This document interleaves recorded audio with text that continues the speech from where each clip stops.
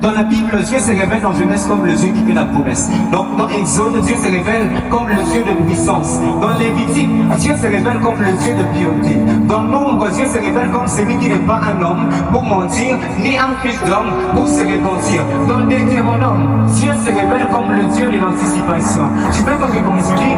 Dans Josué, Dieu se révèle comme le Dieu de la conquête. Tu vas lire le Dieu de la terre. Je continue. Dans Juge, Dieu se révèle comme le Dieu qui délivre le travers de moi. Je continue. Dans Vite, Dieu se révèle comme le Dieu de la rédemption. En Samuel, Dieu se révèle comme le Dieu qui voit le cœur.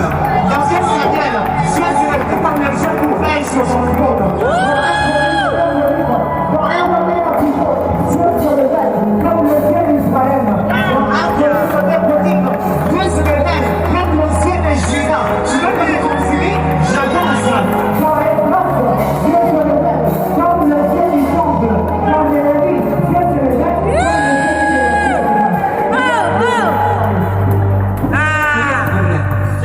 Dans Esdras, Dieu se révèle comme le Dieu qui rebâtit les dents. Et dans les vies, il se révèle comme le Dieu qui rebâtit la miracle.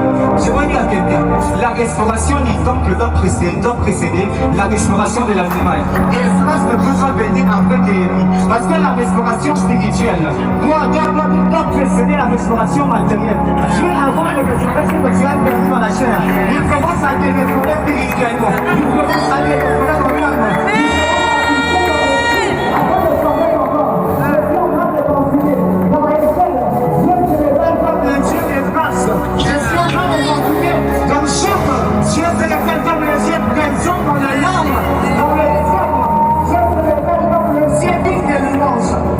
Dans la Bible, Dieu se révèle dans Genèse comme le Dieu qui fait la promesse. Donc dans Exode, Dieu se révèle comme le Dieu de puissance. Dans Lévitique, Dieu se révèle comme le Dieu de piété. Dans Nombre, Dieu se révèle comme celui qui n'est pas un homme pour mentir, ni un fils d'homme pour se repentir. Dans Deutéronome, Dieu se révèle comme le Dieu de l'anticipation. Tu peux me réconcilier.